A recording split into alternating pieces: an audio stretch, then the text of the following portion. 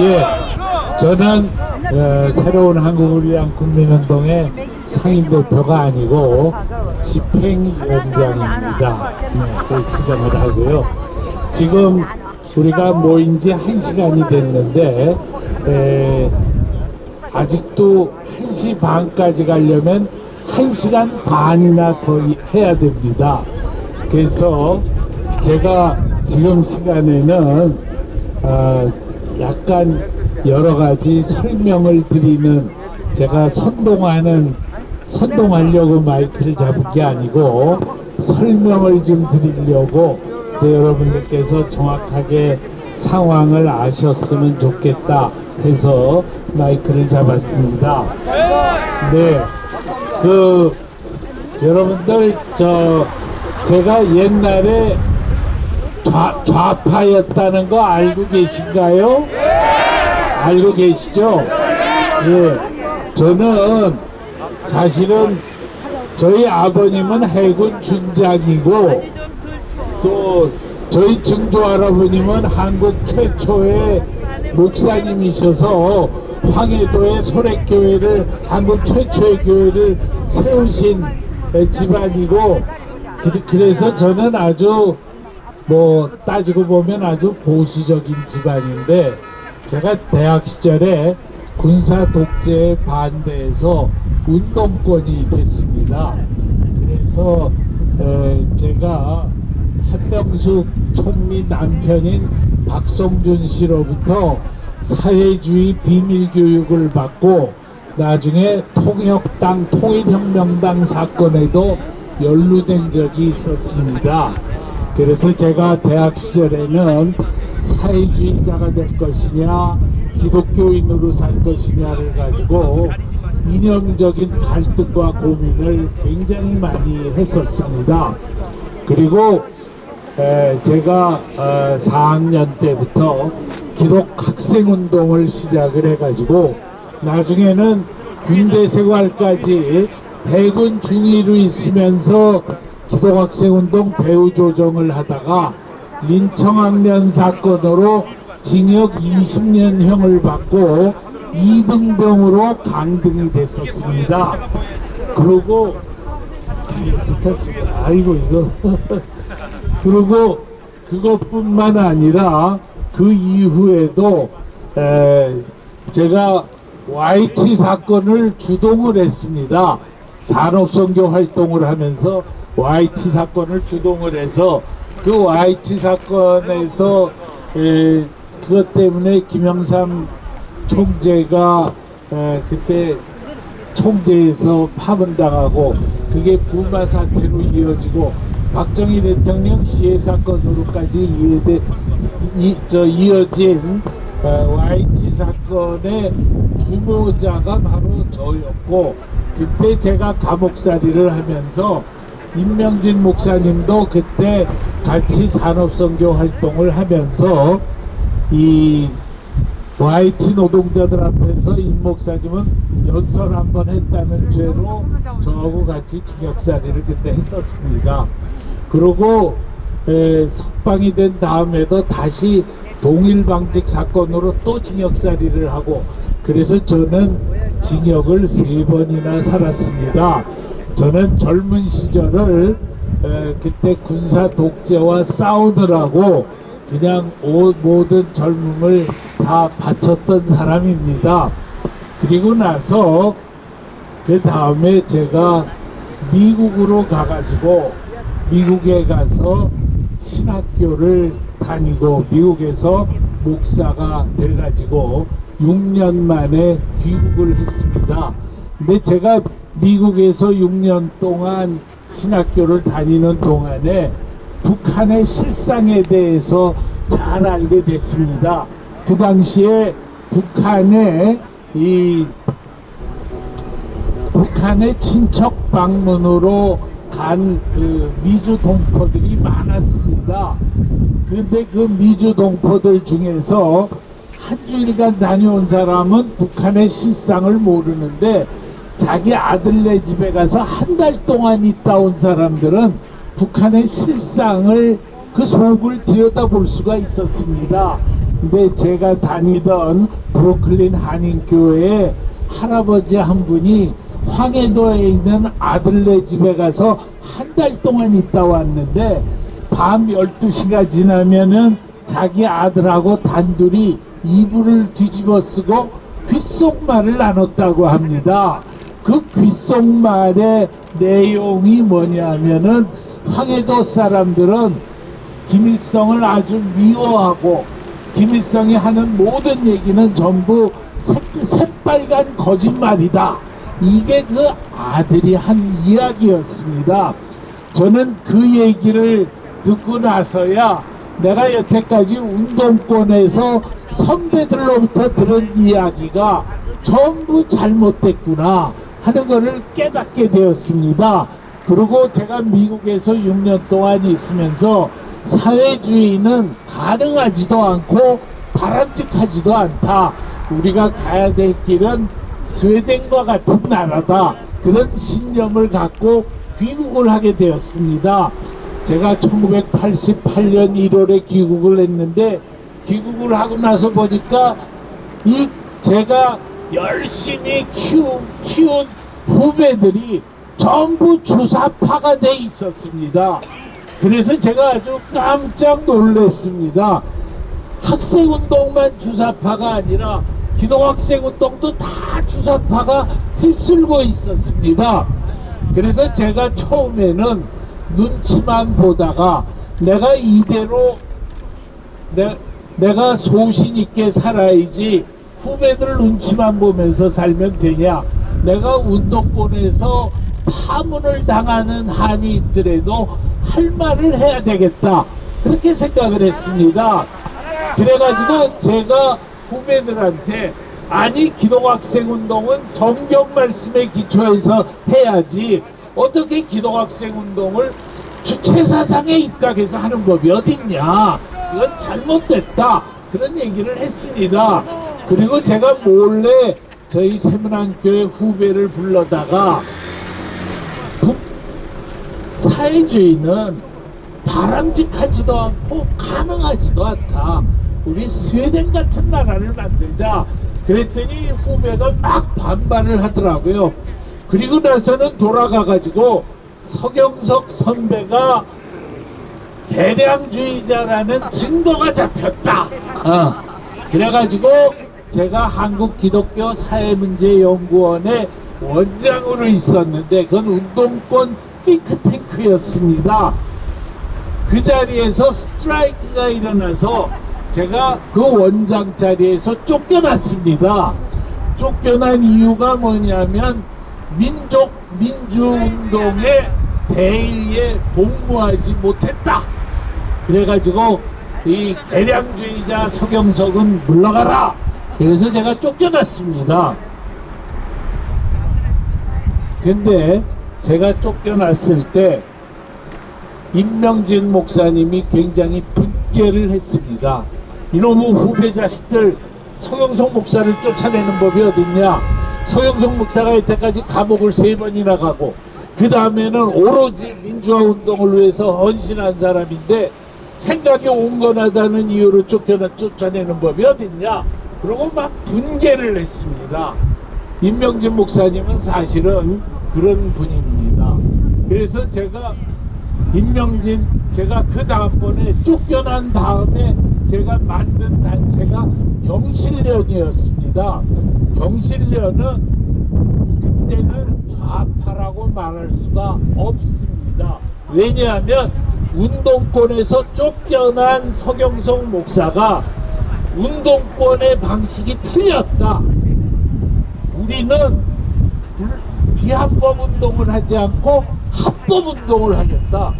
우리는 계급 투쟁을 하지 않고 사회적 공공선을 추구하겠다.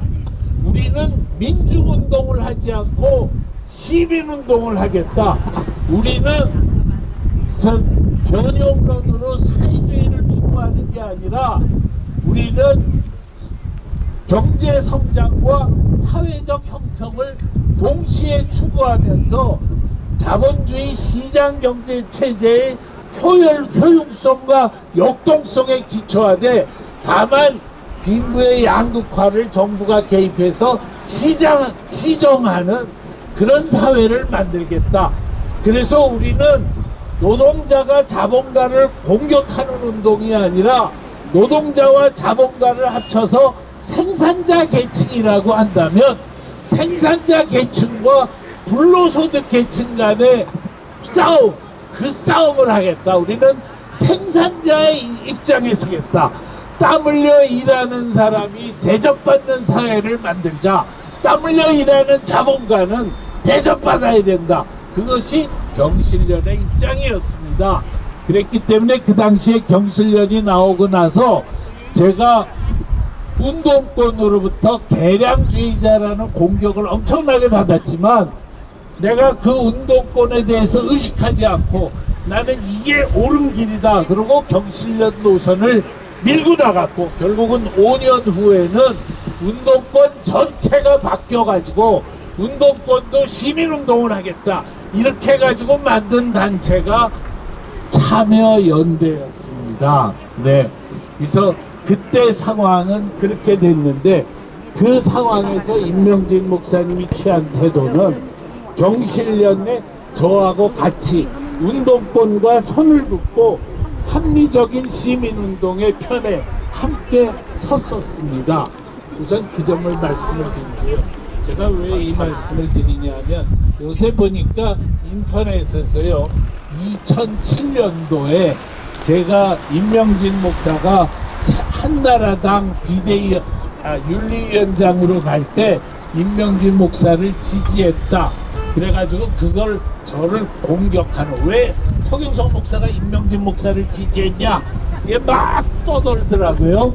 그런데 사실은 어떠냐, 과거에 운동권으로 저 독재와 싸우면서 감옥을 간 사람이, 저는 기독교의 통합측 목사입니다. 통합측 교단에서 감옥 간 목사님이 딱 3사람이 있었습니다.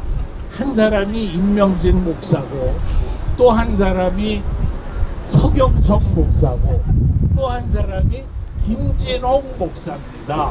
그래서 이 3사람은 통합측 안에서 아주 단짝인 사람들이었습니다. 그런데 확실하게 말해주세요. 지금 제가 확실하게 말하는 겁니다. 그러니까 그러니까 제가 지금 그래서 제 이야기를 하고 있으니까 제발 좀 귀를 기울여 주세요. 예, 귀를. 그런데 그 다음에 제가 경실련을 만들면서 운동권과 맞서 싸우기 시작을 할 때, 그때 제 편에 서준 목사님이 딱 2분이 계셨습니다. 그분이 누구냐 하면 김진홍 목사와 임명진 목사였습니다. 그래서 그 당시에 임명진 목사, 김진홍 목사, 서경석 목사는 과거의 운동권이었지만 운동권이 저 종북 좌파로 나갈 때 그것은 아니다 라고 얘기했던 사람들입니다. 그리고요, 저는 귀국을 했을 때 김대중 씨하고 굉장히 가까웠습니다. 저는 미국에 있을 때 김대중 선생 귀국 환송 준비위원회 사무국장이 돼가지고 김대중 씨를 위해서 열심히 일하는 것이 나는 우리나라 민주화를 위하는 길이다 라고 생각을 했었습니다. 그랬는데 아니요, 여러분들 그런 얘기하면 안 돼요. 그 당시에는 전부 그런 겁니다. 그리고 여러분들이 여기서 한두 분이 소리친다 그래서 제가 제 소신을 바꾸지 않습니다. 네. 여러분들 그러니까 정확하게 들어주시기를 바랍니다. 네. 목사님 말씀하시는데 절대 거짓말 마세요. 목사님 진행해 마세요. 예, 진행하세요. 그래서 얘기하세요. 그만하고. 예? 말씀하시라고. 다 얘기할게요. 여러분, 그래서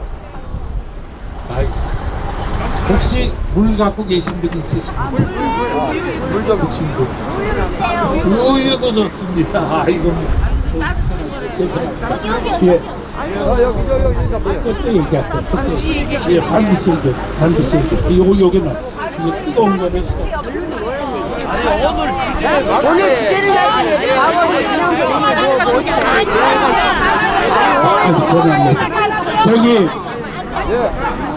주제를 오늘 주제에 맞게 콩팥으로 맞춰서 정확하게 설명을 하시고 이야기를 하셔야 되는데 잠깐요. 일어나는 이야기를 하시고 지금 이 이야기를 하는 이유가 있습니다. 우선 첫째로 오늘 우리가 지금도 1시간 반 얘기해야 됩니다. 네, 그래서 시간이 넉넉합니다. 그래서 제가 지금 이 이야기를 하는 겁니다. 그리고 여러분들이 상황을 아실 필요가 있다는 겁니다. 그래서 저로 하여금 김대중을 지지하지 않고 김영삼을 지지해야 된다고 저를 열심히 설득한 사람도 임명진 목사였습니다. 그 당시에. 네. 그러니까 그 당시에 제가 상황을 설명드리는 겁니다. 그리고 그 다음에 이 이명박 씨를 열심히 지지한 사람은 김진홍 목사였습니다. 나는 어떤 입장이었느냐? 나는 좌파를 반대하지 이명박이냐 박근혜냐 해서 나는 선택하지 않겠다. 그런 입장이었습니다. 임명진 목사가 그때 한나라당 윤리위원장으로는 서경석 목사도 추천되고 임명진 목사도 추천되고 다 그랬었습니다. 나는 정치는 하지 않는다라는 입장이었기 때문에 나는 안 간다. 그랬고 임명진 목사님이 갔습니다. 그때까지의 임명진 목사님은 확실한 보수 우파의 입장을 견지하고 있었습니다. 그랬기 때문에 지금 인터넷에서 보면은 제가 2007년도에 무슨 임명진 목사를 지지했다 어쩌고 하면서 저를 비난하는 얘기가 있는데 그거는 그 당시의 상황과 전혀 다른 그런 것입니다. 네. 그 다음에 제가 그 다음에 무슨 스토리를 쭉 길게 얘기할 필요는 없습니다. 임명진 목사님이 저하고 생각이 다르게 된 때는 언제였냐면 박근혜 대통령과 박근혜 문재인 대선 시기입니다. 대선 시기에 임명진 목사가 마지막 순간에 프레시안에다가 박근혜 후보를 강력하게 비판하는 인터뷰를 냈습니다. 그것을 통해서 임 목사님이 문재인 지지라고 하는 것을 보여줬습니다. 저는 그거를 갖다가 너무 안타깝게 생각을 하고 나는 지금 문재인이 대통령이 되면 나라가 심각한 위기에 처하기 때문에 죽으나 사나 문재인이 안 돼야 된다 그러고 열심히 뛰었던 사람이고 임명진 목사님이 그런 입장을 취하면서 그 다음부터 김진홍 목사님과 서경석 목사는 임명진 목사님하고 관계가 멀어지게 됐습니다. 네, 멀어지게 됐습니다. 그리고 그 다음에 제가 세운 단체가 여럿이 있습니다. 경실련이 제가 사무총장을 할 때는 좌파가 아니었습니다. 그런데 아닌데 제가 경실련을 떠나고 나서 젊은 애들이 주사파 애들이 다 성장을 해가지고 경실련을 전부 점령을 해버렸습니다. 그러고 나서는 경실련은 다 좌파로 가버리고 경실련 출신으로 박세일 교수, 이각범 교수, 박재환 교수, 나성민 교수 이런 서경석 목사, 임명진 목사, 김진홍 목사 이 사람들이 전부 경실련을 떠났습니다. 제가 경실련을 창립했지만 저도 경실련을 떠났습니다. 그리고 나서 그 이후에 제가 경실련을 한 번도 찾아간 적이 없습니다. 그런데 지금 임명진 목사님은 제가 떠난 경실련의 공동 대표였습니다. 그 다음에 두 번째로 제가 만든 단체가 우리민족 서로돕기 운동이라고 북한 동포 돕는 운동입니다. 동포들이 300만 명이 굶어 죽었을 때 우리가 동포들을 도와야 된다 그래서 만든 단체가 그 단체인데, 노무현 정부가 북한을 돕는 일을 하면서 남한에서 이 종북 좌파가 막 커지니까 내가 얘네들한테 너희들 잘못됐어 여기 얘기를 해야 되는데, 그래서 제가 그냥 무조건 종북 메가더동산 철거 사건이 났을 때 너희들 종북 좌파는 안 된다 하고서는 야단치는 일을 했습니다. 그 바람에 제가 새로 우리 민족 서로돕기 운동에서 결국은 쫓겨났습니다. 왜냐? 북한에서 그냥 우리 민족 서로돕기 운동을 막 압박을 가하니까 우리 민족 서로돕기가 북돋기를 계속할 수가 없어서 저한테 찾아와서 제발 사퇴해 주십시오. 그래서 제가 사퇴를 했습니다. 그러고 나서 우리 민족 서로돕기 운동도 좌파로 갔습니다. 네, 좌파로 가면서 거기에 또 상임 대표가 임명진 목사님이십니다. 네. 자, 그래서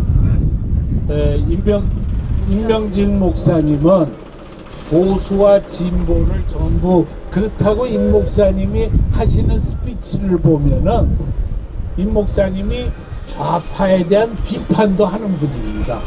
그는 비판도 하는데, 그러나 임 목사님이 취한 입장이, 임 목사님이 같이 연대한 세력들이 다 좌파였습니다. 우리는 임 목사님과 한 번도 함께 성명서를 낸 적이 없습니다. 시민운동에서요. 그게 그동안의 상황이었습니다. 근데 저는 개인적으로 임명진 목사님으로부터 굉장한 도움을 받은 사람입니다. 제가 지금 서울 조선족교회 담임 목사인데요.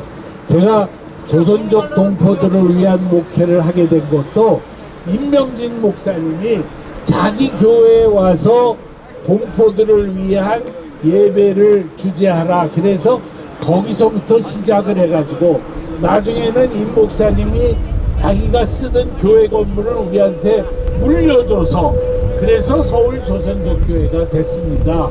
그리고 제가 임 목사님과 노회도 같이 합니다.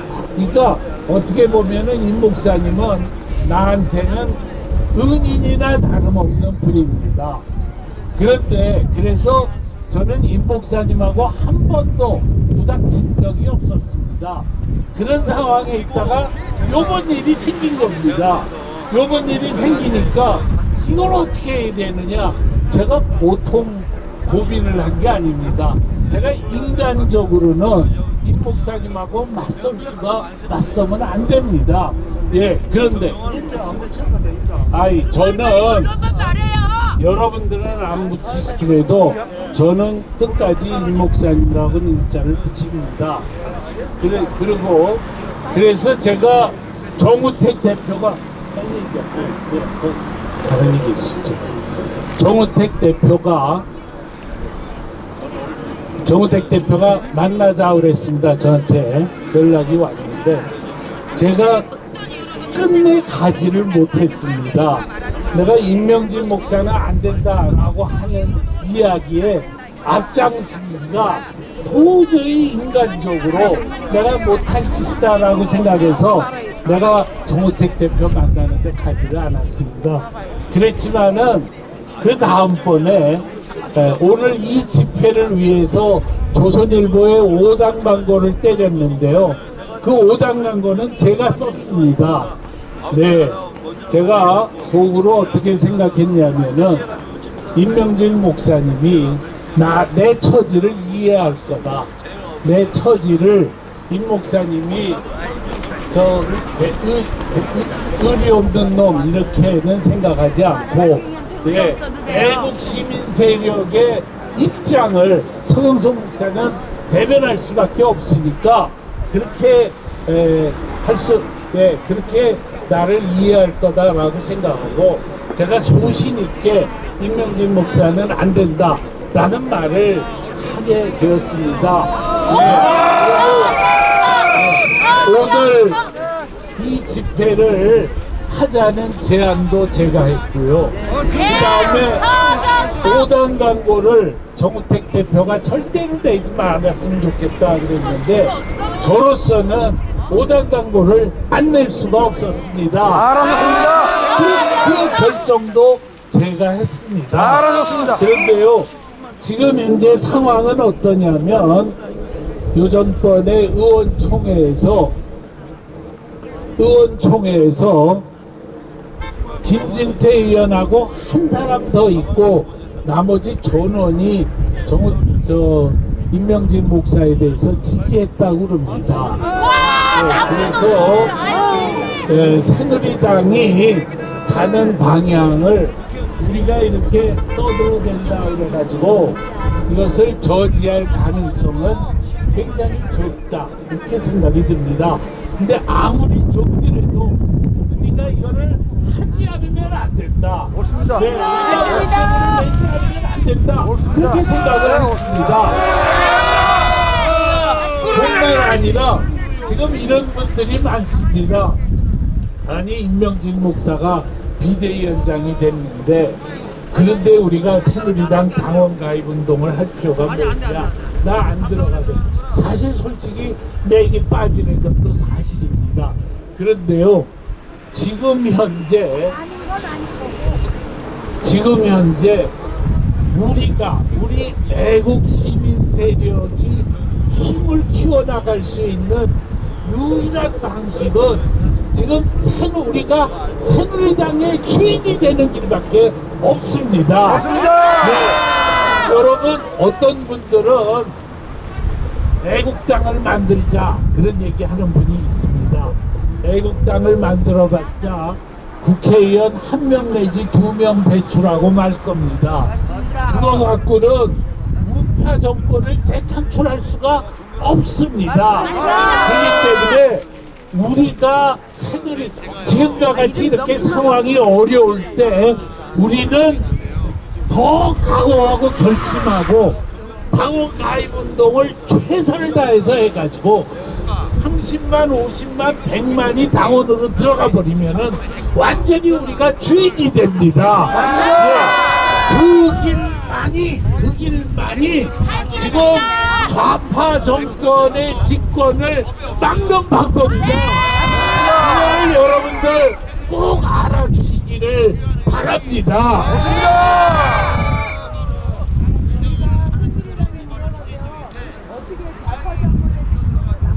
그거는 구체적으로 그 점을 이야기를 하면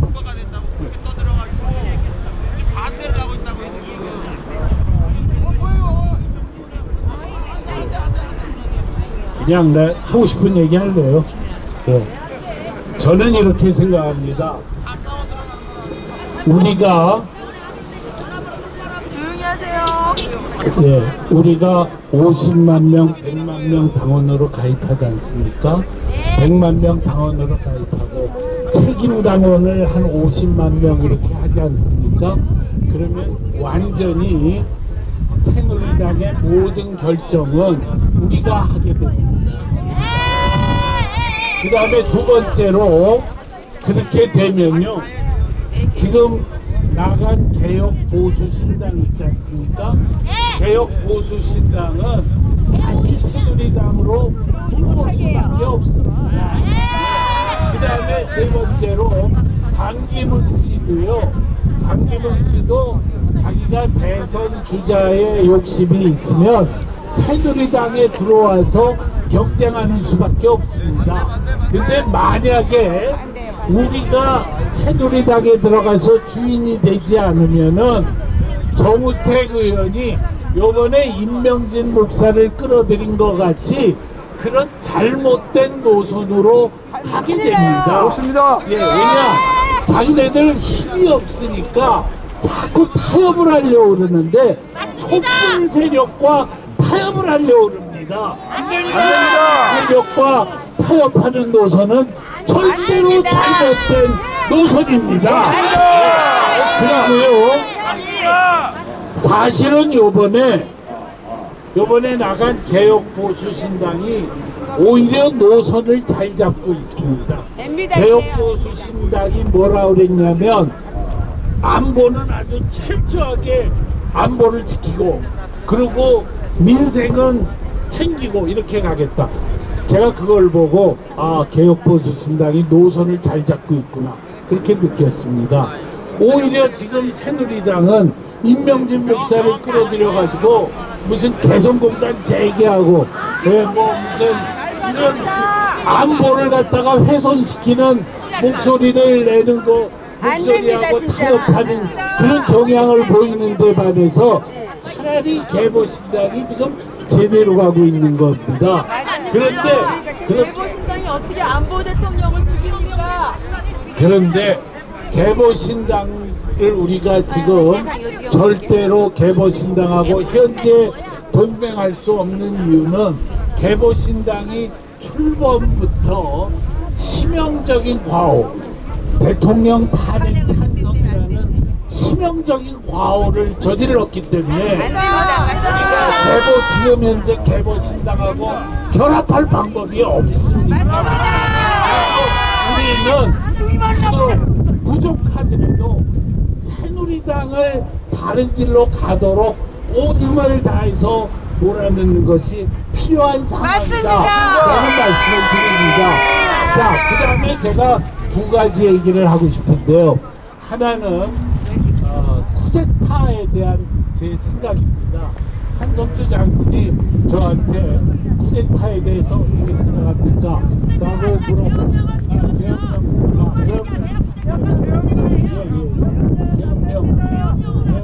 계엄령 선포를 해요.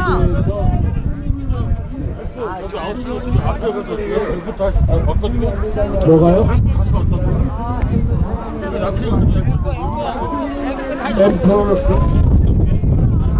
저쪽으로 이동하십시다. 예, 저쪽으로. 예.